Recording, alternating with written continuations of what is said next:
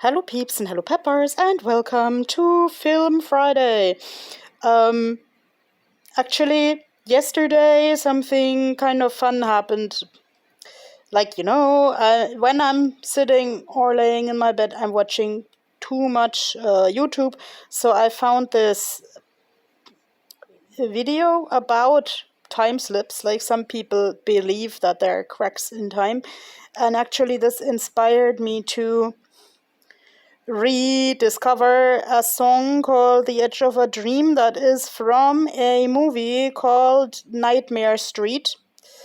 It's the first time I ever watched a movie that is labeled a thriller, and I didn't find it that thrilling, but still interesting, because it's basically about a woman waking up in a parallel dimension and everyone addresses her by a different name, and her child is gone and she has a totally different child that looks slightly more aged.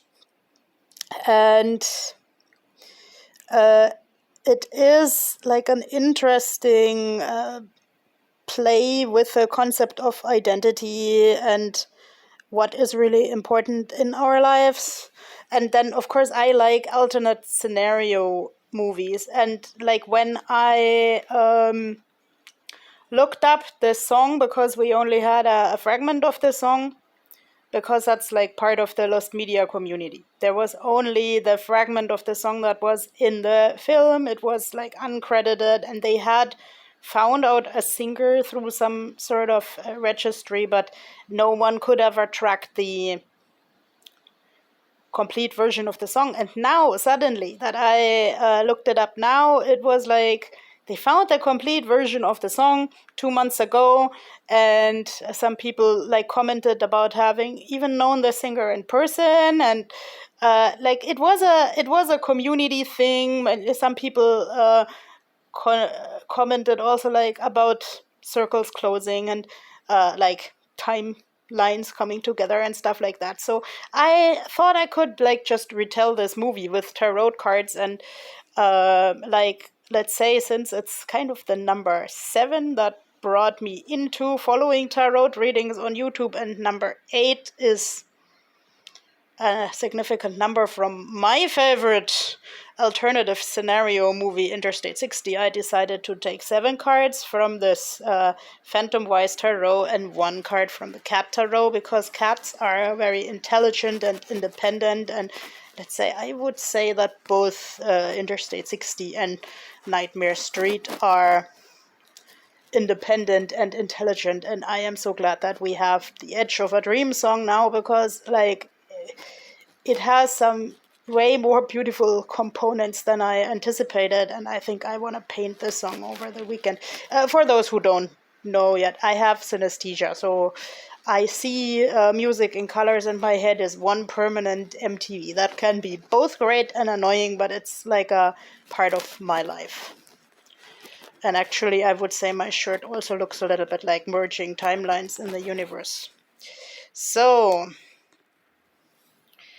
the Ace of Wands, like the wands are the fire element and the magic. So my new favorite sentence when I revisited the movie The Nightmare Street is something of the type, a lot of science that we take for granted today was unimaginable a long time ago.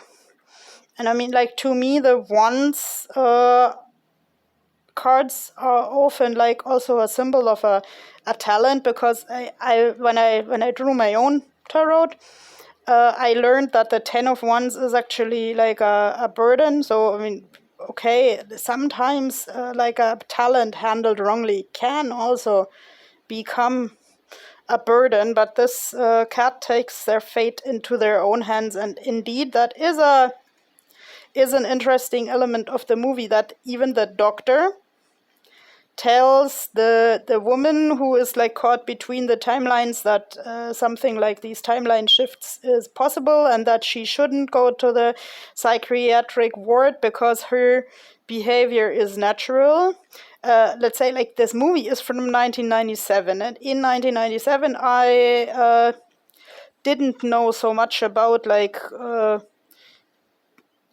psychiatry and the emancipation of people who have been through psychiatry yet, but like in the light of what I know today, with the Hearing Voices movement and so on, I really, really appreciated this compassionate doctor.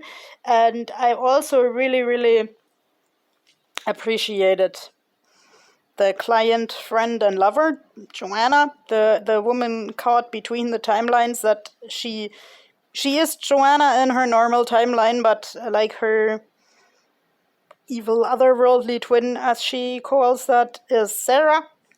And she says she can't do anything basically against Sarah or about Sarah, but as long as she is here in this alternate timeline, she needs to find out more about Sarah. And I like all stories where people make the best of a situation and learn about the situation. So let's see what we have here.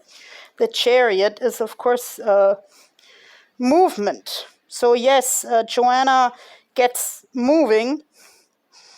And like, yeah, the weights are controlling the buoyancy of the balloon. So I would say the two weights that keep her grounded is the fact, like, her husband died, like Joanna's husband died. Yeah, Sarah is caught up in more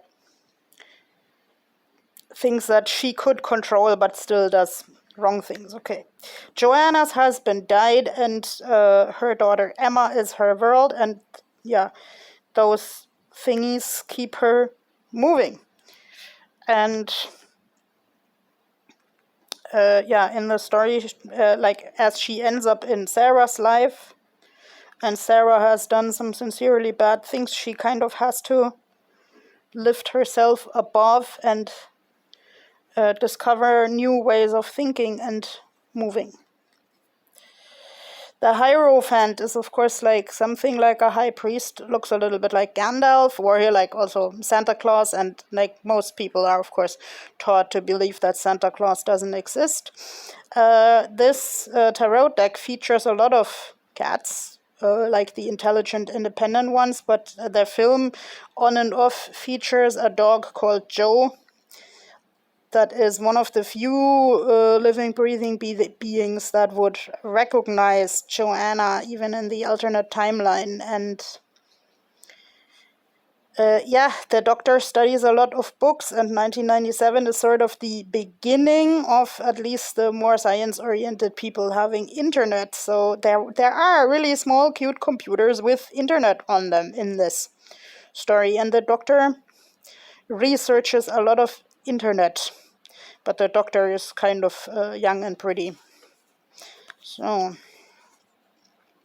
strength. Of course, Joanna and the doctor have to have a lot of strength to, like, untangle the timelines. And here's the infinity sign. Like, to me, the infinity sign will always be a reminder of the autism scene. Like, that has to do with the movie, like both the scientists that don't try to be anything they are not for society, and let's say some autistic people who I know, including myself, see things that other people don't see, and that can be like both the way the brain is wired and like just some instinct, pattern recognition. Let's take people seriously, even though what they say may sound a little bit like not from this world. You usually don't pet wildcats, but in this case, the doctor kind of petted the wildcat of the system. The lovers, yes, of course, and the doctor fell for Joanna slash Sarah. And actually he used both names as the context fit. Justice. Yes, there is a detective guy sneaking up to Sarah always, sort of giving her hints that he knows something that she is, like, as she comes across to everybody, amnesiac to. And that's probably the thriller part. Death, yes, death also occurs in the movie.